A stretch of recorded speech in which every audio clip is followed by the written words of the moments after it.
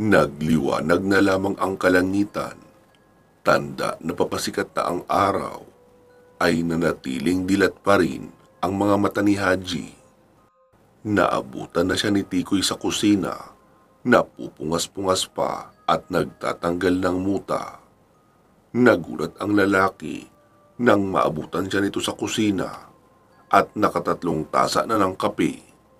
"Uy, paring Haji, ang aga mo naman yata ngayon gumising." "Hindi ako nakatulog, Tikoy. Siya nga pala, may tanong ako sa'yo." "Oh, ano naman yun?" Hinarap ni Haji si Tikoy at kita niyang inaantok pa ito. "May alam ka bang kuweba sa lugar na ito?" Napamaang si Tikoy. "Kuweba? Anong kuweba?" Napaisip si Haji at inalala ang itsura ng kuweba. Ipinaliwanag niya sa lalaki ang mga nakita niya at mga kagamitang naroon. Hindi pa nakontento, ipinakita niya ang isang litrato kung saan naroon ang bungad ng kuweba. "Naku, sa tingin ko, ang sinasabi mong kuweba ay wala dito sa Mindoro. Kahit na malaki ang aming isla, hindi naman ito kilala sa lugar na may ganyang itsura." Saglit na napaisip si Tikoy. "Pero sa pagkakaalam ko, may ganyang kuweba, hindi dito sa Iloilo." Bulalas ng binata at saka nagmamadaling tinungo ang baul ng kanyang yumaong Lola Erlinda. May kinuhang larawan ang lalaki doon at iniabot kay Haji. Medyo kupas na ito, pero pwede pang maipa-enhance gamit ang makabagong teknolohiya ngayon. Tama nga si Tikoy, kamukhang kamukha ito ng kuwebang nasa unang larawan na nakita ni Haji. "Iloilo? Malayo yun dito, di ba?" Takang tanong niya. "Oo, kailangan pang sumakay uli ng lancha o barge. Bakit mo na itanong?" Pinili ni Haji na wag na munang sabihin kay Tikoy ang tungkol sa larawan. Napapaisip kasi siya kung paano nakapunta doon si Aling Monica kung hindi man ito aswang. Posible bang may kakayahan siya lumipad o tinatago niya lang ang kanyang kakayahan bilang aswang? "Pwede ko bang mahingi ang larawang ito, Tikoy? Alam mo, Haji, mahalaga sa akin ang larawang iyan dahil diyan namatay ang lola ko. Pero kung makakatulong yan sa trabaho mo, sige, sayo na." Napag-alaman ni Haji na ang lola ni Tikoy ay hindi isang ordinaryong tao lamang. Isa itong itim na babaylan kung saan palaging nagtutungo sa ilang mga lugar kasama ang kanyang mga kauri. Nagdarasal sila at gumagawa ng mga nilalang ng kadiliman.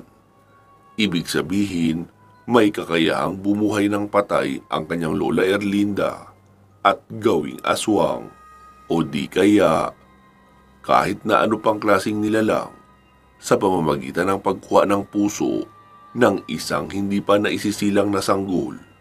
Ngunit habang tumatagal, nararamdaman na raw ng matanda na bumabalik na sa kanya ang karma.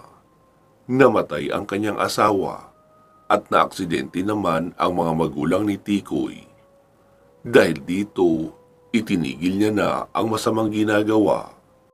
Ngunit siya naman ang tinugis ng mga kasamahang babaylan sapagkat siya ang punong itim na babaylan na nakakaalam sa lahat ng ritual, pangontra man o mapanakit. Bago namatay, ay inihabili niya kay Tikoy ang mga kagamitang pwedeng ilupig sa mga masasamang nilalang at ginawaran ng anting-anting. Ayaw niyang mapahamak ang kanyang apo, kaya gumawa siya ng kakaibang ritual na kung sino man ang umatake sa kanyang apo ay siyang masasaktan. Manghang-mangha sa narinig si Haji. Hindi niya akalain na may mas higit pa palang kaalaman si Tikoy sa mga bagay patungkol sa kababalaghan. "Bakit hindi mo sinabi sa akin ang mga bagay na ito?" Wika ni Haji. Posible bang mangkukulam nga si Aling Monica? Tapos baka walis ang sinakyan papuntang Iloilo. Imposible naman na pumasok lang sa isang portal ang matanda, tapos nasa kuweba na siya kaagad. Sa pagkakaalam ni Haji, ang mga engkanto ay mortal na kaaway ng mga aswang. Imposibleng makagamit sila ng portal dahil doon. Alangan naman na mag-teleport ang matanda at makarating doon ng mabilisan. Mas lalo lang bumibigat ang ulo ni Haji sa mga naiisip. Kunot noong tinignan siya ni Tikoy. Sa pagkakaalam ko, aswang lang naman ang habol natin sa aming lugar. Ibang usapan na ang kulam, maging ang itim na babaylan. Napatango si Haji. Sa bagay, bakit nga ba hindi niya naisip ang pagkakaiba noon? Gayon pa man, wala na ito sa pinunta niyang trabaho doon. Ang sadya lang niya ay ang manghihilot. At so far, may mga nakuha naman siyang ebidensya. Wala nga lang siyang makitang patunay na ang aswang at ang manghihilot ay iisa. Pero si Sir Onad na din naman ang bahala doon. Kinatanghalian, nasa pantalan na sila ni Tikoy. Naghihintay na lang siya ng takdang oras ng pagsakay niya sa lancha. Hinarap niya ang binata at nginitian. Maraming salamat nga pala sa pag-guide sa akin sa lugar niyo, paring Tikoy. Sana hindi pa ito ang huli natin pagkikita. Aniya, tumawa naman si Tikoy at tumango. Abay oo naman, sisiguraduhin natin yan. Sagot pa nito. Nagkawayan na silang dalawa nang kailangan na ni Haji sumakay sa lancha. Bago pa makasampa, napansin niya ang isang babaeng hila-hila ang may kabigatan nitong maleta. Napangisi siya sa isiping, kaya na yatang daganan ng maleta ang babae sa liit at balingkinitan ng katawan nito. Napatingin sa kanya ang babae, kumunot ang noo at bumakas ang rekognasyon sa mukha. Kaya naman, nagliwanag kaagad ang itsura nito.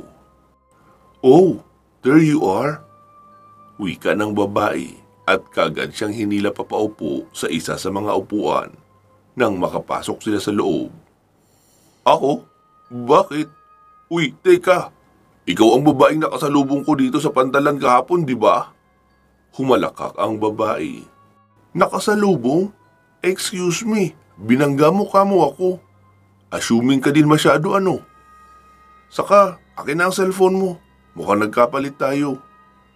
Otomatikong napatitiga si Haji sa hawak niyang cellphone. Hindi nga ito sa kanya. Dali-dali silang nagpalitan at tinaasan siya uli ng kilay ng dalaga. Nag-ismirk lang si Haji at tinignan ang babae. Ang taray mo ngayon, Saira. Hindi naman tayo ganyan mag-usap nung una tayo nagkita, hindi ba? Saira? Hindi ako yun. Labas sa ilong na wika ng babae. Pero kahit ilang beses pa ito magsinungaling, hindi siya maniniwala rito. Ang ginawa niyang trademark ng babae ay ang mismong pabango nito. Idagdag pang, si Saira naman talaga ito. Minus ng pulang-pula na lipstick, fake eyeglasses, nunal na nasa gilid ng kilay, at ang mala Coca-Cola sa kapal na suot nitong eyeglasses. Pero sige, dahil pinanindigan ng babae ang kanyang ibang karakter, hinayaan na lang ito ni Haji. Tutal may suot din naman siyang peking bigote at nagpapanggap din. Oo nga, hindi ikaw yun. Maganda si Saira, tapos sexy at astig. Wika niya na ikinataas ng kilay ng babae. Sabi na nga ba, hindi na nagsalita ang dalaga hanggang sa magsimula silang maglayag at makarating sa pantalan ng Batangas. Maaliwalas ang panahon at nakikisa sa kasiyahang kanyang nadarama. Panigurado, may bonus na naman siya mula sa kanyang amo. Hindi na din sila nagkapaalamanan pa ng babae nang mauna na itong bumaba sa pantalan. Habang nag-aabang siya ng masasakyang taxi, palihim siyang pinagmamasdan ng babae na kasabay niya sa lancha kanina. Naglalaro pa din ang nakakaaliw ng ngiti nito sa labi, sa kahinubad ang peking nunal at eyeglasses. Si Saira nga. Malalaman ko din ang sikreto mo, Haji. Alam kong darating din tayo sa araw na malalaman ko kung para kanino ka nagtatrabaho.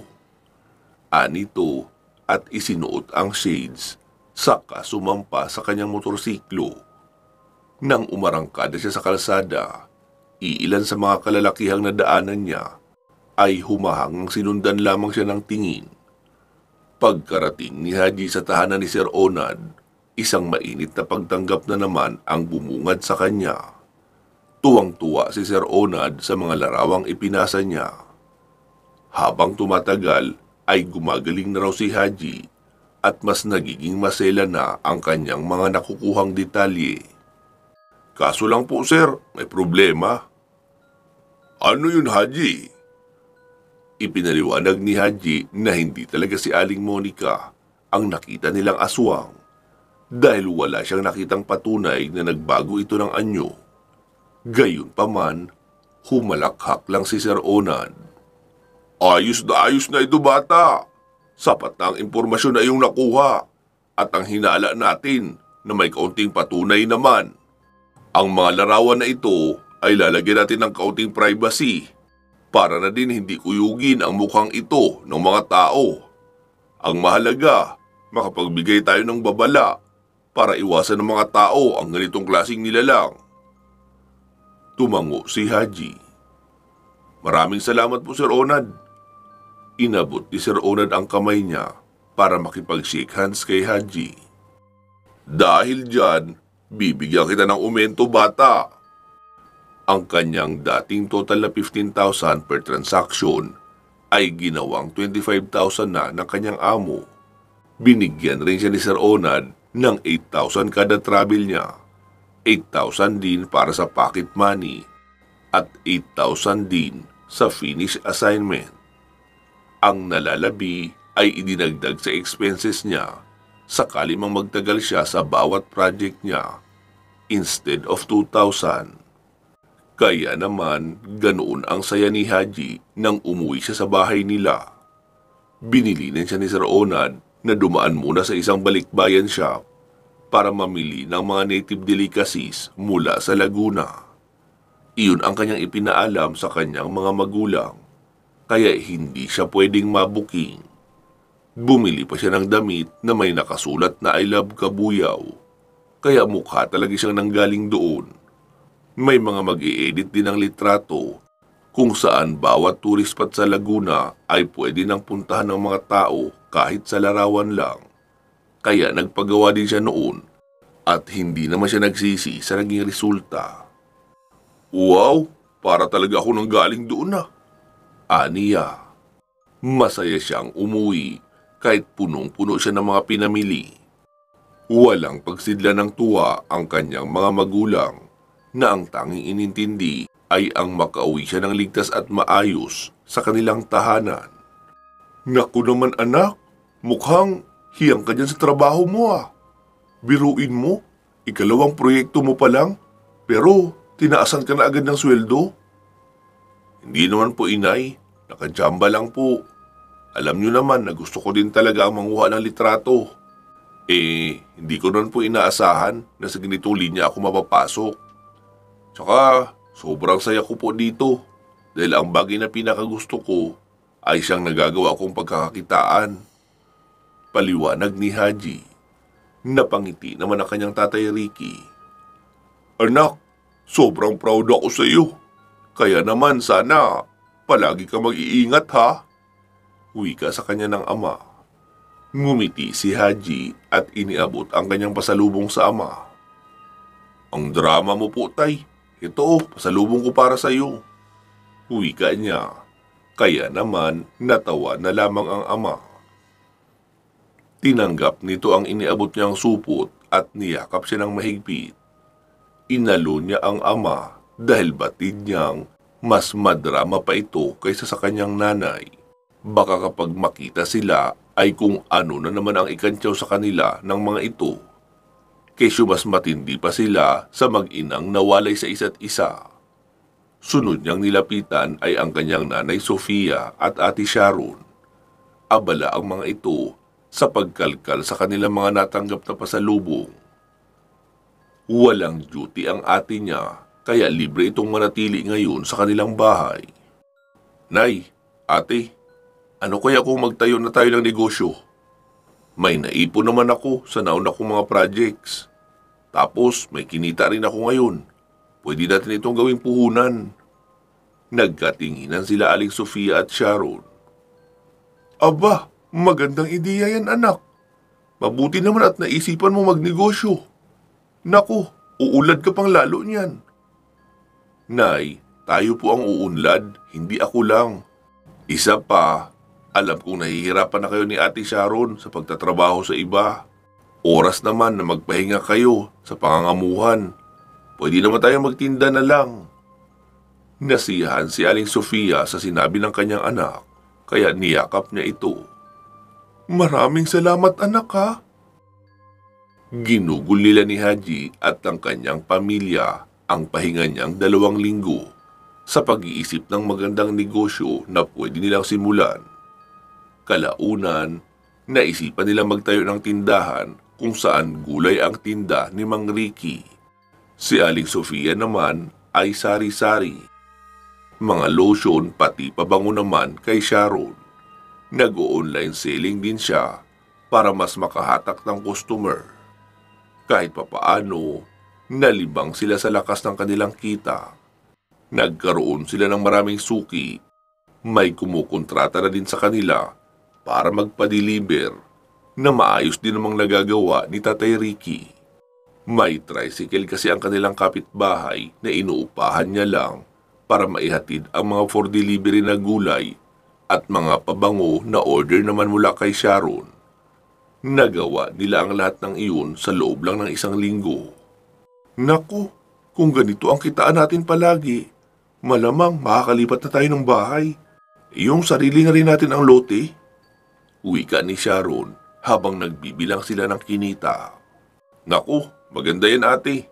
Tapos, mapapatayuan na natin si tatay ng sarili niyang estudyo kung saan pwede na siyang bumalik sa dati niyang hilig. Nakakatuwa naman kayo mga anak. Ginagawa niyo ang lahat para sa amin. Wika ni Nanay Sofia. Maluha-luha pa ang mga mata nito na para bang malapit ng umiyak. Maski si Ate Sharon, nagpupunas na rin ng mata. Gayong hindi nito napansin ang pagkalat ng itim na maskara sa paligid ng kanyang mata. Nagmukha tuloy na bugbog at may black eye. Sino ba naman ang magtutulungan inay, kundi tayo-tayo lang din naman? Sagot naman ni Haji. Bilang pasasalamat sa matagumpay na unang linggo ng kanilang family business, nagpaluto si Haji ng masasarap na pagkain at pinagsaluhan nila ng kanyang pamilya. Inimbita rin nila ang ilang kapitbahay para makisalo sa kanilang kasiyahan. Naku, ikaw talaga ang dapat pinapasalamatan rito Haji. Dahil sa iyo, gumaan ang pakiramdam ko. Hindi na ako nahihirapang magtrabaho. Feeling ko nga mas aasenso ako sa pagtitinda. Kasi dumarami ang mga suki natin. Tapos nakakapag-abot na rin ako kay nanay ng pera kahit papano. Hindi katulad doong nasa call center pa lang ako na palaging nasushort kahit sa pamasahe. Paliwanag ni Ate Sharon sa kanya.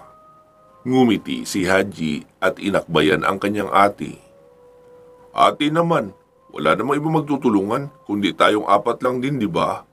Tsaka, huwag ka na magtrabaho sa call center. Naka-graveyard shift ka pa doon, hindi ba? Hindi naman pwedeng pagurin mo ang sarili mo ng sobra doon. Wika ni Haji. Ngumiti si Sharon at niyakap ang kapatid. Salamat Mr. Suabe kong kapatid ha. Ha? Bakit Mr. Suabe? Oo, kasi yung buhok mo. Nagsisilbi mo na yung trademark. Walang may ganyan dito maliban sa'yo. Ay naku ate, kung ganyang aasarin mo lang ang buhok ko, gusto ko na magka-boyfriend ka na. Pero yung kagaya ko na mahilig din sa pumada. Aniya na mas lalo nilang ikinahalakhak na magkapatid. Ay, ayoko nga. Tawang-tawang wika ni Sharon at nagtatakbo na habang asar na hinahabol ng kanyang kapatid. Imbis na sawayin sila ni Aling Sofia at Mang Ricky, ay nakisabay pa ang mga ito sa tawanan nila at tuwang-tuwa na pinagmasdan ang dalawa. Naging maayos naman ang lahat sa paglipas ng mga araw. Maraming natutunan sa mga bagay-bagay si Haji. Lahat ng napapansin niya sa paligid ay kinukuhanan niya ng litrato. Isang araw, naisip niyang mamasyal sa park ng mag-isa. Pinagkatuwaan niyang pagmasdan ang mga taong paroot parito habang kasama ang kanilang mga anak, pamangkin o mga alaga. Lahat ay masaya at walang iniisip na problema. Kung sana palagi na lang masaya. Kaso lang, hindi niya maiwasang ihatid ng tanaw ang isang papadaang sasakyan na may kargang kabaong. Habang dahan-dahang umuusad ang mga nakikipaglibing. Sa katunayan niyan, bumagal ang takbo ng mga sasakyan na nalikha ng traffic. Sa unahan, nakita ni Haji ang pamilyar na babaeng iyon na may hawak na larawan ng isang matandang lalaki. Siya ang lalaking natagpo ang patay malapit sa tinitirhan niya. Ang lalaking di umano'y nakipaglaban sa isang aswang. Napilitan siyang tumayo at tanawin ito. Hindi siya kalayuan sa mga nagpuprosesyon, kaya naisip niyang lapitan ang isa sa mga naglalakad. "Manong, ano ho pala ang nangyari?" tanong niya sa matanda. Saglit na huminto ang lalaki at naghintay na makalayo ang iilang kasamahan. "Atin-atin lang ito, iyo ha. Ang sabi kasi ng pamangkin ko, kinalaban daw ng kapatid ko ang aswang kaya siya namatay. Pero isang albularyo ang kapatid ko. Napilitan lang siya lumipat dito sa Maynila dahil gusto niya makalimutan ang masakit na nangyari sa pagkawala ng kanyang asawa. Ngunit nagulat kami nang biglang dumating dito sa Maynila si Ate Celia ko at sinabing inatake si Manong." Umiling si Haji at sinabing hindi niya lubos akalaing mangyayari pala ang ganito sa mga panahong ito. Ipinaliwanag ng matandang lalaki na ang hipag nito ay ilang linggo na din daw na nawawala. Hindi naman nila alam kung saan napunta. Basta na lang itong dumating sa kanila na wala na sa sarili at nakita pa nilang nagbago ng anyo bilang isang aswang. Napatango si Haji. "Taga saan pala sila dati, Manong?" tanong niya uli. "Taga Batangas, iho. Doon naglaho na parang bula si Ate Celia hanggang sa bumalik siya at naging aswang na." Tulirong nagpaalam si Haji at hinayaan na ang mga nakikipaglibing na umalis para ipagpatuloy ang kanilang paghahatid sa kawawang matanda sa huling hantungan nito.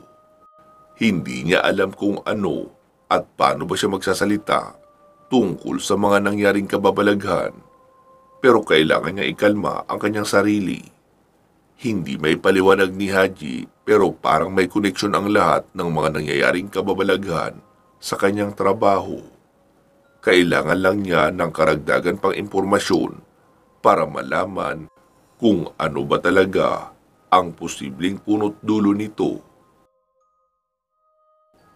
Kasalukuyang nagtatanghalian ang mag-anak ni Haji nang mag-ring ang kanyang cellphone. Dinampot niya ang aparato at sinipat kung sino ang tumatawag. Ang kanyang Sir Onad. "Ang aga-aga, trabaho na kaagad ang inatupag mo?" untag sa kanya ni Nanay Sofia. Ngumiti lang si Haji at tumayo sa kanyang kinauupuan. "Nay, Tay, sasagutin ko lang po muna ito." Wika niya. "Sige anak." Nagtungo siya sa labas ng kanilang bahay para doon sagutin ang tawag. Hanggang ngayon kasi ay hindi niya pa rin ipinagtatapat sa mga magulang ang tungkol sa kanyang trabaho. Ayaw niyang mag-alala ang mga ito dahil iba ang kanyang sinabi sa kanila tungkol sa totoo niyang trabaho. Baka magkagulo lang kung sakali man. Kaya pati sa pagsagot sa tawag ay mahina ang boses niya. "Hello, Sir Onad." "Haji, my boy, may bago akong assignment para sa'yo." Tumango si Haji kahit hindi niya nakikita ang matanda. Base sa naririnig niyang boses nito, tila ba masayang-masaya ito. Sige po, saan naman po? Simple niyang tanong nang marinig si Sir Onad na nagtitipa marahil sa laptop nito. Naisend ko na sa cellphone mo ang details pati na ang location. Ang paunang sweldo mo, kagaya ng napag-usapan natin presyo, ay nakalagak na rin sa GCash account mo. Hindi niya maiwasang mamangha dahil sa bilis. Kaya naman, nagpa siya nang magpaalam si Haji. Sige po Sir Onad, ako na po bahala. Aniya. Sige, ingat ka. Nang matapos ang tawag, ay kaagad niyang sinilip sa kanyang email ang detalye ng kanyang panibagong assignment. Sa Ternate, Cavite siya kailangang pumunta.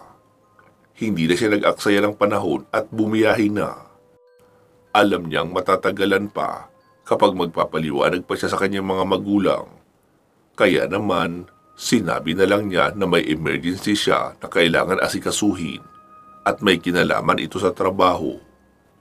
Hindi na din umangal ang kanyang mga magulang dahil ayon sa mga ito, malaki ang naitutulong ni Haji sa kanilang kabuhayan. Sa ngayon ay malakas ang kita ng kanilang tindahan. Ang kanyang tatay ay nagkakaroon na ng suki sa gulayan. Minsan nagpapadeliver na ito ng mga gulay mula sa karating bayan. Si Ate Sharon naman ay nakikilala na sa larangan ng online selling. Madalas na din siyang gumagawa ng reels tungkol sa kanyang mga panindang pabango at natutuwa siya dahil may mga followers na rin siya rito. Samantala ang kanyang inay naman ay nagdagdag na ng stocks sa kanilang sari-sari store, kagaya ng bigas at sako-sakong asukal na mabili nga naman sa kanila. Sa ilang linggo na nakapagpahinga si Haji, ay nagawa niyang makakuha ng isang second-hand na motorsiklo. May helmet na din at kumpleto sa papeles ang kanyang motor. Wala naman siyang problema sa lisensya dahil dati ay nakakapag-sideline siya sa jeepney ng kanilang kapitbahay, kaya siya nakakapagmaneho. Hindi pa naman kailangan i-renew, kaya lubos-lubosin niya na ang kanyang pagbiyahe. Pasado 2:00 ng hapon ay umalis siya sa kanilang bahay para bumiyahe. Medyo matraffic, kaya hindi siya nakarating on time. Mabuti na lang, alam na niya kung saan didiretso. Binigyan siya ng tamang address ng kanyang amo. Sa pagkakaalam niya, isang albularyo ang may-ari ng nasabing bahay na kanyang pupuntahan. Base sa kwento ni Sir Onad nang mag-follow up call ito sa kanya, ay may utang na loob dito ang anak ng nasabing albularyo dahil natulungan niya noong minsang makidnap habang namamasyal sa Maynila. Ang lalaki din mismo ang nagkwento kay Sir Onad tungkol sa kababalaghang nangyayari sa lugar na iyon. Kaya nang maisip ng kanyang boss na gawing gabay ang albularyo para sa pagpunta ni Haji, ay hindi na tumanggi pa ang lalaki. Sa laki ng kanyang utang na loob kay Sir Onad ay hindi niya kayang tumanggi. Pasado 6:00 na nang dumating si Haji sa Ternate. Huminto siya sa isang lumang bahay na may kulay green na gate.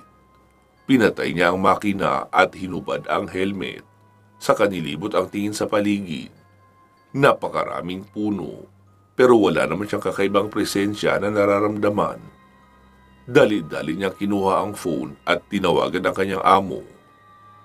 Sir, nasa location na po ako. Balita niya. Good! Siya nga pala, Haji. Hindi aswang ang kukunan mo ng larawan dyan, kundi isang batibat. Literal na nalaglag ang panga ni Haji nang marinig ang sinabi ng kanyang amo. Hindi aswang ang pinunta niya doon, kundi isang elemento. Sir, nagbibiro ka po ba? Paano ko kukuhanan ng larawan ang isang elemento? Alam naman natin na hindi sila makikita. Angal niya na ikinahalakhak ni Sir Onad. Iyan nga ang dahilan kung bakit kailangan mong maging gabay si Macario. Alam na niya ang gagawin niya sa'yo. Kaya sige na, gawin mo na ang assignment mo. I have a date. At pinatayan na siya ng tawag. Muli na namang natulala si Haji sa pagkakataong ito.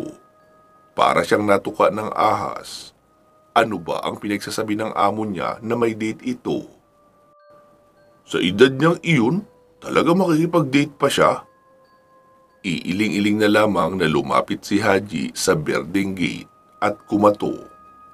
Marahil may papatol pa naman sa kanyang amo na kahit napapanot ay limpak-limpak naman ang salapi. Nakakatatlong katok lang siya ay pinagbuksan na siya kaagad na isang binatilyo. Nginitian niya ito. Kayo po ba si Kuya Haji? Tanong nito na kaagad niyang ikinatango. Oo, ako nga. Nariyan ba si Mang Macario? Niluwagan ng binata ang pagkakabukas ng gate. Pinatuloy na siya nito. Tuloy po kayo. Nasa loob si lolo ko, may ginagawa. Ako nga pala si Ivan. Ikinagagalak kita makilala, Ivan. Ngumiti ang binatilyo bilang ganti. Nang makita ang mukha nitong nakangiti, napagtanto niya na may itsura ang nasabing binatilyo. Parang ang layo-layo sa mga itsurang ini-expect niya na kaanak ng isang albularyo. Iyong tipong may pagka-weirdo, hindi nagsasalita, tapos madaming nakikita. Pasok na po tayo, kuya. Aya nito, kaya sumunod na siya kaagad. Simple lang ang bahay ni Mang Macario. Tipikal na itsura ng isang lumang bahay na kahit inaasikaso naman ay sadyang naaapektuhan din ng paglipas ng panahon. Ang dingding nito ay yari sa tabla at nagsisimula ng anayin.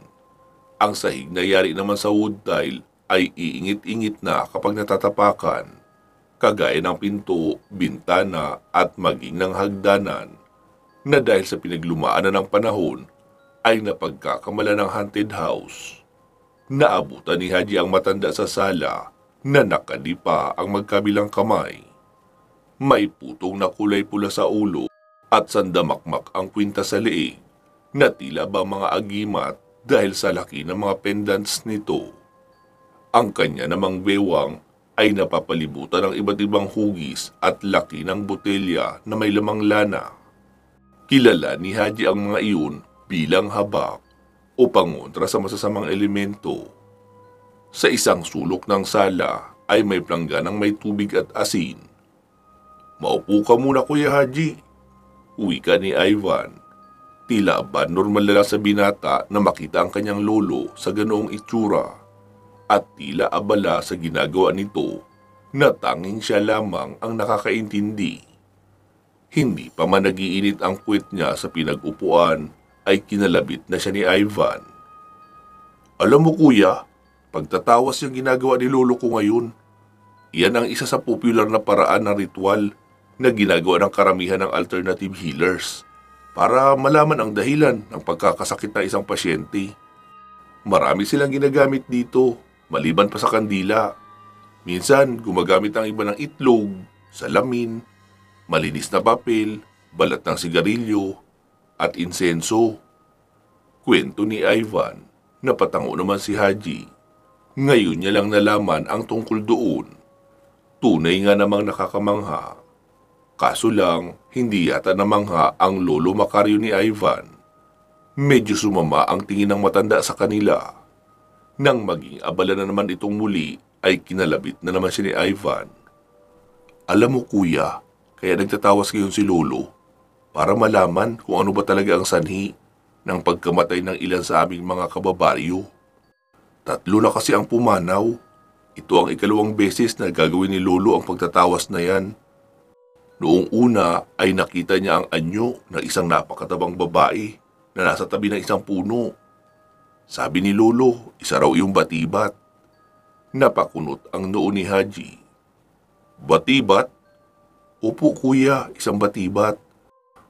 Ang ibang term naman noon ay bangungot. Ito ay isang uri ng nilalang sa gubat o elemento na nakatira sa puno. Sila ang nagsisilbing tagabantay ng mga matatandang puno. Nakakatakot nga kasi madalas itong makita sa itsura ng isang matabang babae.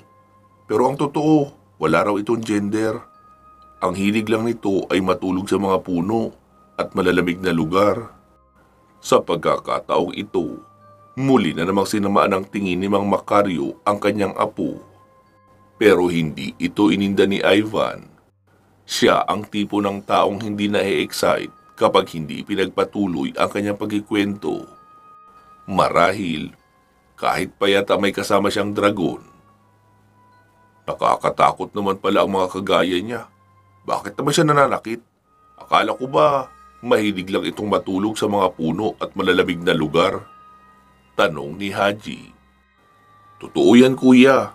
Hindi rin ito mahilig gumambala sa mga tao. Pero kapag may pumutol ang mga puno at nagkataong naroon siya, labis siyang magagalit. Hindi na nakapagsalita pa si Ivan nang batuhin na siya mismo ng kanyang lolo ng munting karton na walang laman.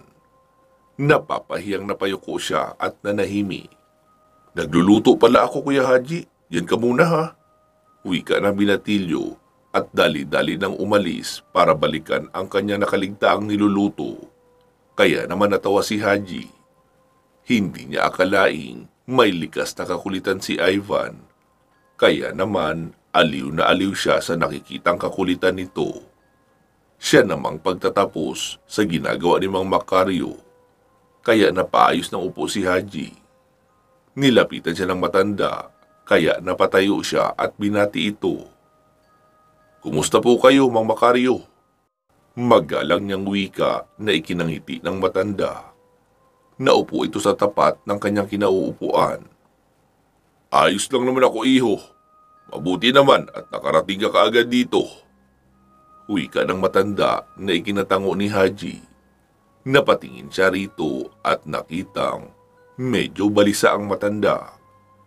Kaya naman, kahit alam niyang wala siya sa tamang oras para magtanong, kinausap niya na ito agad. Ano po ang nangyari, Mang Macario? Huminga muna ng malalim ang matanda at inalala ang mga nakaraang araw na nagkakagulo sila. Hindi ko akalaing 3 ang papatay niya para sa kanya paghihiganti. Wika ng matanda.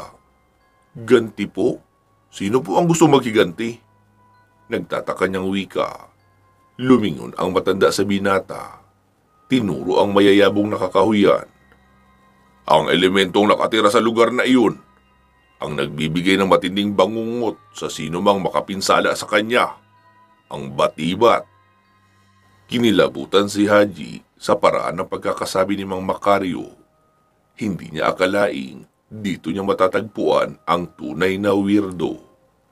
Kaya naman, napalunok si Haji ng laway. Kwento pa ni Mang Macario, nagsimula lang daw ang lahat ng iyon nang putuli ng isa sa mga nakatira sa nayon ang malaking punong kahoy na nasa gitnang bahagi ng kakahuyan. Ang may gawa noon ay si Mang Selmo, isang furniture maker. Gumagawa siya ng mga aparador, papag, sofa, upuan at lamesa. Matapos putulin ni Mang Selmo ang kahoy, ay ipinatsinso niya at ginawang papag. Binenta niya iyon at may 3 tao ang nakabili.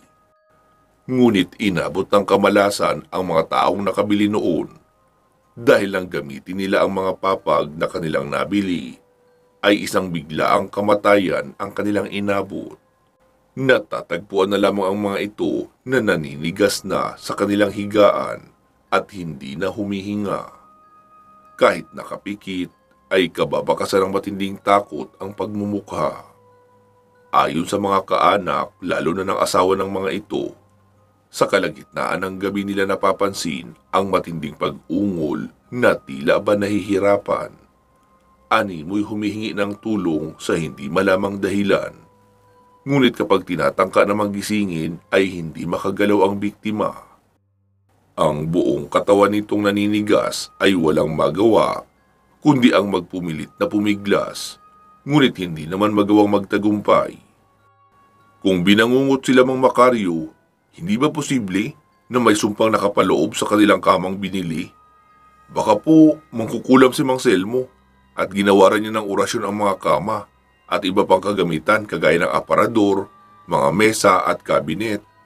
Baka po nangungulikta siya ng mga kaluluwa na iaalay niya sa kanyang sinasambang nilalang kung meron man.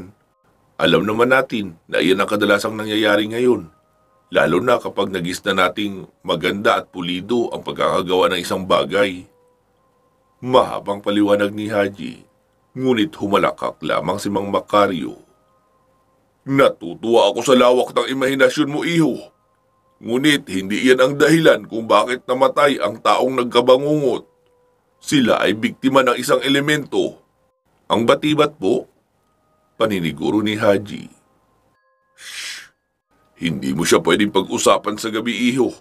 Posibleng nasa paligid lang siya at nakikinig. Naghihintay ng panibagong mabibiktima. Saway ni Mang Macario. Napalunok ng laway sa kanyang narinig si Haji. Bigla siyang kinabahan at natakot na baka bigla siyang daluhungin ng batibat sa kanyang kinaroroonan. Kaya naman, napatingin siya uli kay Mang Macario. Siya namang paglapit ni Ivan na may dalang 2 tasa na may lamang umuusok na kape at minatamis na saging. Magmerienda po muna kayo, Kuya Haji at Lolo. Seryoso ang mukha ng binata na tila may binabalak na namang sabihin. At tama nga si Haji, dahil na makita niyang bubuka na naman ang bibig ni Ivan. Alam niyang magsisimula na naman itong magkwento. Ang batibat ay isang klase ng elemento, Kuya Haji. Isang elemento ng kagubatan. Aray kulo, ang sakit naman noon. Daing nito nang biglang binatukan ni Mang Macario ang apo. Nang gigigil na pinandilata ng matanda ang kanyang apo. Ilang beses ko bang sasabihin na hindi mo dapat manggitin ang elemento na iyan, lalo na kapag gabi? Alam mo naman na nabibiktima siya ngayon, di ba? Paano na lang kapag nagawa rin tayong guluhin? Napakamot ng ulo si Ivan. Sorry, Lo. Excited lang kasi talaga ako na magkwento kay Kuya Haji tungkol sa batibat. Umaktong iiwas si Ivan nang bigla na namang umangat ang kamay ni Mang Macario. At talagang inulit mo pa, no? Hindi ka na talaga nahiya. Puntahan mo na nga lang ang niluluto mo nang makapaghapunan na tayo. Wika ng matanda. Kaya nagkukumahong na bumalik sa kusina ang binatilyo. Pasensya ka na sa apo ko, iho. Hindi ko talaga naisip kung bakit ganyan siya kadaldal. Tumawa si Haji. Hayaan mo na po, Mang Macario. Nakakatuwa nga siya eh. Siya nga po pala. Totoo ba lahat ng sinabi ni Ivan? Totoo yun lahat, iho. Bumuntong hininga si Haji. Mukhang mahirap ang assignment na ibinigay sa kanya ni Sir Onad. Elemento ang makakalaban rito. May taglay itong kakayahan na hindi nakikita ng pangkaraniwang tao. Paano niya malalaman ang tunay na itsura nito? Pero, Mang Macario, hindi naman po nahagip ng kamera ko ang mga kagaya nilang elemento. Hindi ko sila makukuhanan ng larawan. Mali ka riyan, iho. Nakukuha sila sa larawan. Depende kung gusto talaga nila magpakita. Pero para magawa mo ng maayos ang iyong trabaho, kaya narito ako para tulungan ka. Ako na ang bahala sa iyo sa bagay na iyon. Tumayo ang matanda at nilapitan siya. May kinuha ito isang klase ng botelya sa kanyang misita at binuksan ang takip noon. Ipikit mo ang iyong mga mata, iho, at payapain mo ang iyong isipan. Wika ng matanda. Nagsimula na sa pagbigkas ng banyagang salita si Mang Macario at saka hinayaan ni Haji na pahira ng matanda ng langis ang kanyang noo. Hindi mapakali si Haji dahil sa tuwing tatangkain niyang dumilat ay sinasaway siya ng matanda. Kaya naman, wala siyang ibang naririnig kundi ang ingay at bulungan mula sa paligid. Tila ba nangungut siya at pinagtatawanan siya. Ang iba ay sumisigaw na din at tinatapat pa sa kanyang tenga.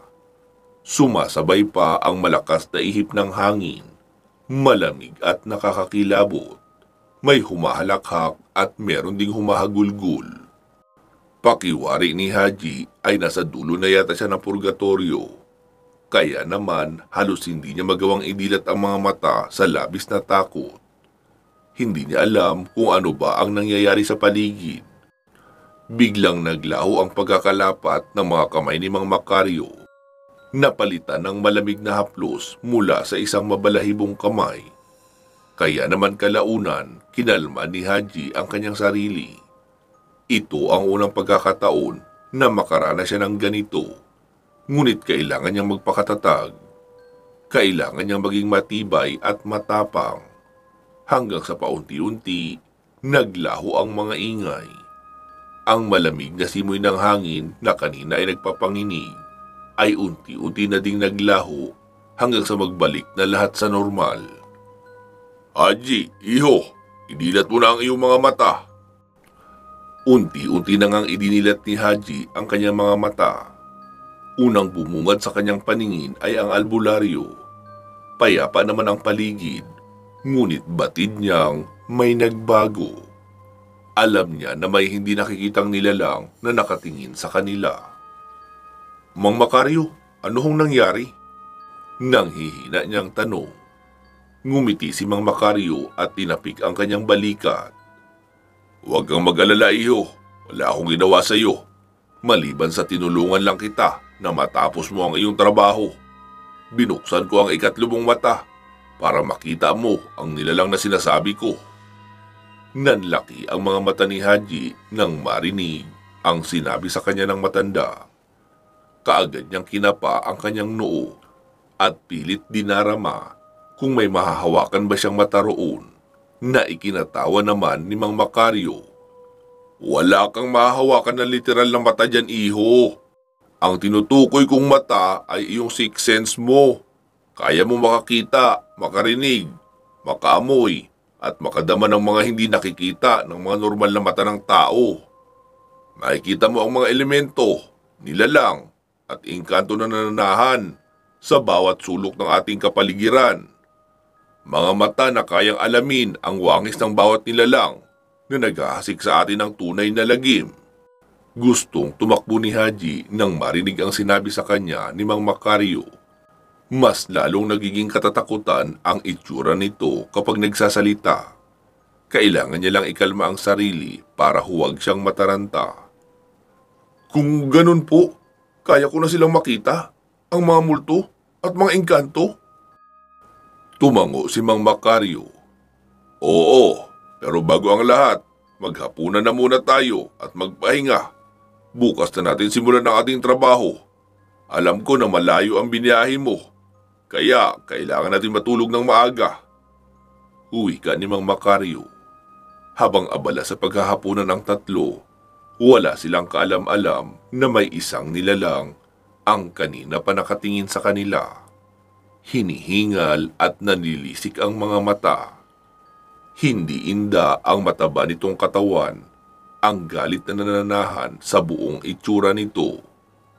Ngunit isa lang ang natitiyak ng elemento. May panibagong tao na naman siyang mabibiktima na hindi nito inaasahan.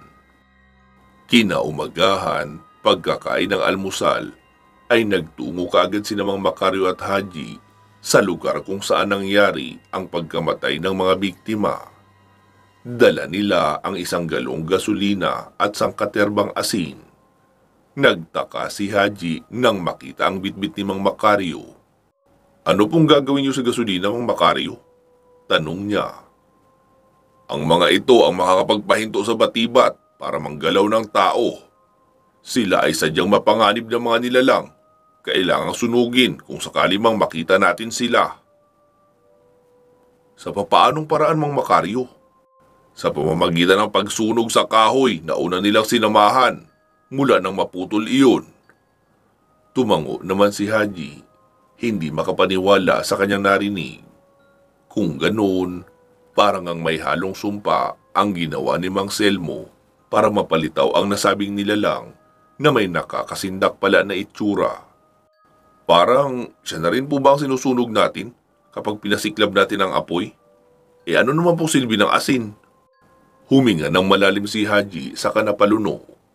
Ang asin ay ang universal na pangontra sa lahat ng masasamang nilalang, elemento, engkanto, multo, at kahit mga aswang ay natatakot rito. Kaya ang asin ay ang nagiging pangunahing pangontra sa lahat ng klase ng nilalang, na may masasamang hangarin sa mga tao. Ngayon naintindihan ni Haji ang punto ng matanda. Kinakailangan niyang tandaan ang bawat sinasabi nito dahil siguradong hindi lang ito ang pagkakataon na makakaengkwentro siya ng iba't ibang masasamang elemento ng kadiliman. Lalo at iyon pa naman ang paksa na pinapatrabaho sa kanya ng kanyang among si Sir Onan. Nagpalipat-lipat ng tahanan sila Haji at Mang Macario. Sa tahanan ng yumaong sina Rodolfo Flores, Gino Alejandro at ang panghuli ay si Agustin Lopena. Iisa lang ang itinuturong dahilan ng kanilang mga may bahay na ikinamatay. Tingin po namin ay isinumpa ang kamang binili namin kay Mang Selmo, Mang Macario. Paano napapansin namin ang iilang pagkakatulad ng naging kamatayan ng aming mga mister? Huwi ka pa ng asawa ni Mang Rodolfo. Umiiyak naman si Aling Susan, ang asawa ni Mang Agustin. Baka isang mangkukulam si Mang Selmo.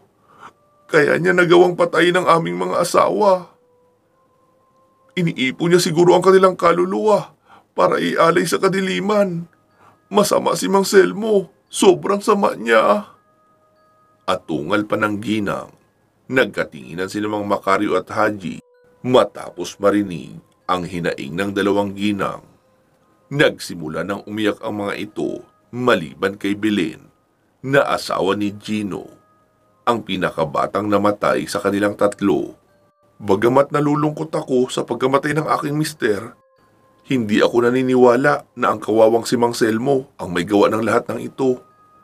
Alam kong marami ang magtataka, pero naikwento sa akin ng aking mga magulang na marami daw talagang elemento ang nakatira sa lupaing ito. Hindi ko isinasara ang aking isipan na baka isang batibat ang may kagagawa ng lahat ng ito. Wika ni Belen na ikinatango ni Mang Macario. Magkapareho sila ng hinuha ng babae. Paano mo naman nasabi yun, miss?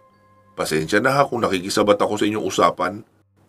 Pero isa kasi akong journalist na kumakalap ng impormasyon tungkol sa mga nagiging buhay ng mga tao sa mapupunong lugar kagaya nito.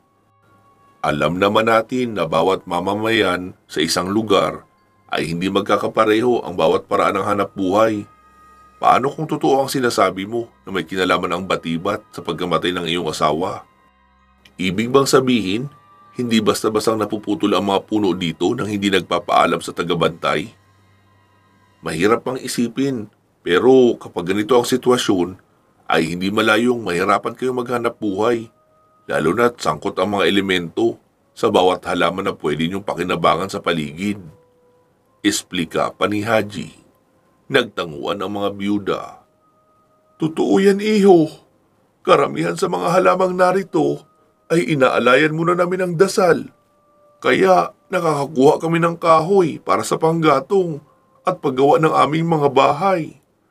Ang lupain naman, kailangan namin magsagawa ng pag-aalay para hayaan kami makapagtanim at hindi magkaroon ng salot ang aming mga pananim. Dito na nagkatinginan sina Mang Macario at Haji sa ikalawang pagkakataon. Ngayon, malinaw na sa kanilang isipan kung sino ang dapat nilang puntahan. Alam na nila ngayon kung sino ang dapat matyagan dahil malamang kung may kaugalian man ang mga taong ito bago pa man makialam sa mga halaman at lupain, malamang may maisasagot sa kanila si Mang Selmo. Tama si Belen. Balita ko nga 3 papag ang naibenta niya kung saan kami tig-isang nakabili. May pang-4 na papag pa siyang ginagawa pero hindi niya na naibenta sa takot na baka may mamatay na naman. Tumango-tango si Haji at pinagtagni-tagni ang mga bagay. Kaya naman, nagpaalam na ang dalawa at nagtungo sa tahanan ni Mang Selmo. Hindi na sila nagpaalam sa matanda dahil hindi naman nila balak ipaalam ang gagawin nilang investigasyon. Sa katunayan, nadaanan nila ang apo ni Mang Selmo na nakikipagtagay sa mga barkada nito na nasa tindahan. Nilagpasan nila ang binata. Hindi mabitaw-bitawan ni Haji ang kanyang hawak na kamera. Pilit niyang pinapakiramdaman ang paligid Gusto niyang malaman kung makikita niya ba ang mga nilalang na gumugulo sa mga tao sa lugar ni Mang Macario. Ngunit nagtataka siya dahil tahimik naman. Saan tayo pupwesto, Mang Macario? Dito tayo sa likod ng mga pinutol na mga kahoy. Wika naman ng albularyo na nagpatiuna pa sa paghakbang papalapit sa mga panggatong. Sumunod naman sa pagtatago si Haji. Sumiksik sila sa mga panggatong at tiniis ang pagkabagot habang lumilipas ang oras. Ayon pa kay Mang Macario, sa kamalig na nakahiwalay sa bahay ni Mang Selmo, nakatago ang papag na huling ginawa ng matanda. Tumango si Haji at muling kinuha ang kanyang kamera. Kinuhanan niya ng larawan ang lahat ng sulok ng lugar na kayang abutin ng kanyang tanaw. May napapansin siyang kakaibang presensya na hindi niya mawari kung ano ba talaga. Ang alam lang ni Haji, nararamdaman niya na hindi lang sila ni Mang Macario ang nasa lugar na iyon. May iba pang nag-aabang na hindi nila nakikita. Kaya naman, inabala na muna ni Haji ang kanyang sarili sa pagkuha ng maliliit na sanga at gumuhit ng mga bagay sa lupa.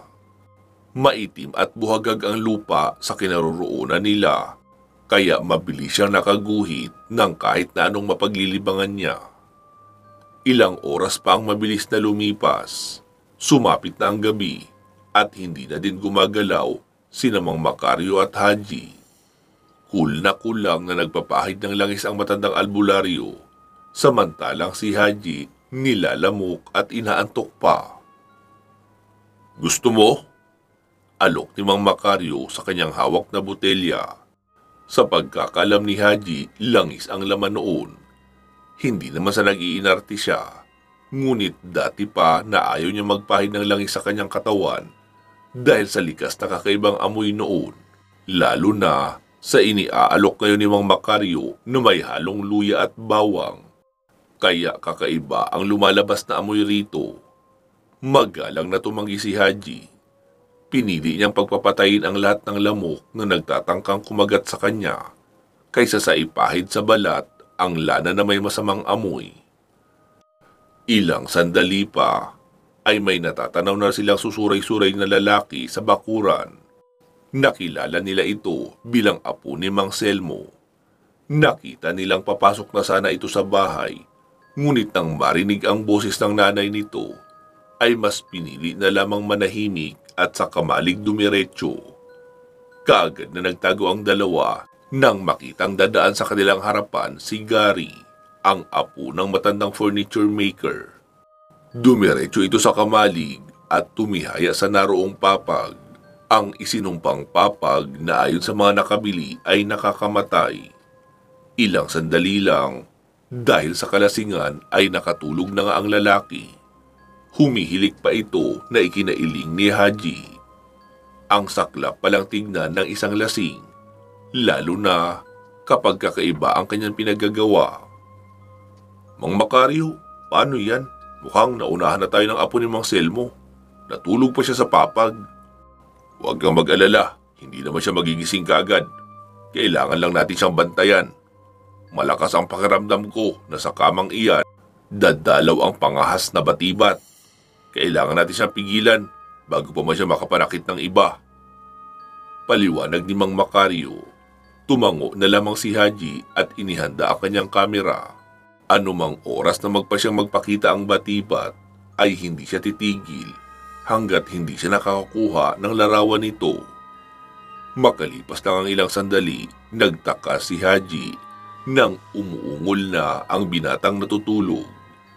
Tila may nakadagan sa lalaki na hindi niya makita. Nahihirapan itong gumalaw. Kabadong kinalabit ni Mang Macario ang kanyang balikat.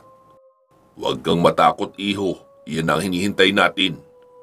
Anito na dali-daling iniangat ang kanyang hawak na asin habang inihanda naman ni Haji ang kanyang kamera. Sunod-sunod ang pag-click na kanyang ginawa, ngunit wala namang nangyayari. Tanging ang lalaki lamang at ang kama ang nakukuhanan niya sa kamera. Walang rumirehistro na kahit anino man lang ng batibat. Inalis niya ang kamera at pumikit. nang muli siyang dumilat, nahindik siya sa kanyang nakita. Sa ibabaw ng papag, naroon pa din si Gary na apo ni Mang Selmo. Nanghihina at umuungol, ngunit hindi dahil sa hirap itong makahinga, kundi dahil sa may nakikita siyang isang matabang babae na nakaupo sa tiyan ni Gary. Mang Macario, totoo ba ito nakikita ko? May matabang babae sa ibabaw ng katawan ni Gary. Parang pinipilit niyang daganan ang katawan nito. Diyos ko! Shh! Huwag kang maingay, iho. Hindi magugustuhan ng batibat na makita tayo dito. Kailangan biglaan ang gagawin natin paglapit sa kanya. Nanginginig na kinuha ni Haji ang kanyang kamera at kinuha na ng larawan ang elemento. Kaso lang, halos magwala din siya sa labis na inis dahil hindi malang magawang makuha na ng larawan ang nasabing nilalang. Nakikita niya ito gamit ang kanyang mga mata, ngunit sa kanyang kamera, walang nakikitang batibat. Haji, tama na yan. Kailangan natin tulungan si Gary. Hindi na siya makahinga, oh. Natatarantang wika ni Mang Macario. Kaya naman, dali-daling umalis si Haji at sumunod na sa albularyo. Nilapitan nila si Gary na umuungol at tila ba nagsisimula ng mangitim. Tanda na nahihirapan na itong makasagap ng hangin. Nang makalapit na ang dalawa, kaagad nang sinabuyan ni Mang Macario ng asin ang buong papag. Kaya biglang umatungal ang malaking nilalang na nakadagan kay Gary. Halos malusaw ang mukha nito sa sama ng pagkakatitig sa kanila. Sino kayo, mga lapastangan? Umalingaw-ngaw ang boses ng batibat habang masama ang titig sa kanila. Taas-baba ang dibdib nito habang hinihingal sa paghinga. Tila ba hindi nagustuhan ang kanilang ginawang pangingialam sa kanya. Lubayan mo si Gary! Wala siyang kasalanan sa iyo! Singhal naman ni Mang Macario. Humalakak ang matabang babae at nakita ni Haji ang pag-aalugan ng bawat taba nito sa katawan. Bakit? Akala niyo ba magagawa niyo akong itaboy? Hindi! Kayo ang itataboy ko sa kamatayan! Sigaw ng nilalang na kaagad nilubayan si Gary. Habol ng binata ang kanyang hininga na kaagad namang inalalayan ni Haji. Si Mang Macario ang humarap sa batibat. Kailangan mo nang magbalik kung saan ka nagmula, elemento. Hindi ako papayag na kung sino-sino na lang ang gawan mo ng masama dahil lang sa pagkakamali ng isang tao. Umusal lang orasyon si Mang Macario na tanging siya lang ang nakakaintindi. Iniangat pa niya ang asin at muling isinaboy sa papag. Kaya naman naglaho ang batibat kasama ng nakakadiri nitong sigaw. Muling lumingon si Mang Macario kay Haji. Kailangan niyo ako tulungan, iho. Ang papag na ito ay kailangan natin sunugin. Sa paraang ito ay hindi na makakapanggambala pa ang batibat. Pinasan nila ang papag at dinala sa labas. Siya namang pagdating ni Mang Selmo. Mang Macario, ano ibig sabihin nito? Sino ang kasama mo? Anong ginagawa niyo sa apo ko? Maghunos tili ka, lolo. Sa katunayan, niligtas ako ni Mang Macario. Binabangungot ako at muntikan na akong mamatay sa kamay ng batibat. Aniya na ikinasapo ng matanda sa dibdib nito.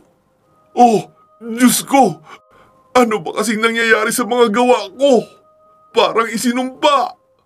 Baka po hindi ka nakapagbigay galang sa nananahan sa punong kahoy na pinutol mo, Mang Selmo. Kaya naging ganito kagalit ang batibat. Paliwanag naman ni Haji. Biglang may napagtanto si Mang Selmo at napaluhod.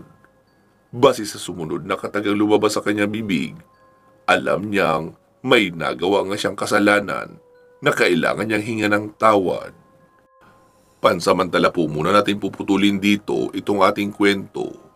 Magsama-sama tayong muli sa mga kasunod na bahagi o sa part 4. Mag-iingat po kayo palagi at hanggang sa muli.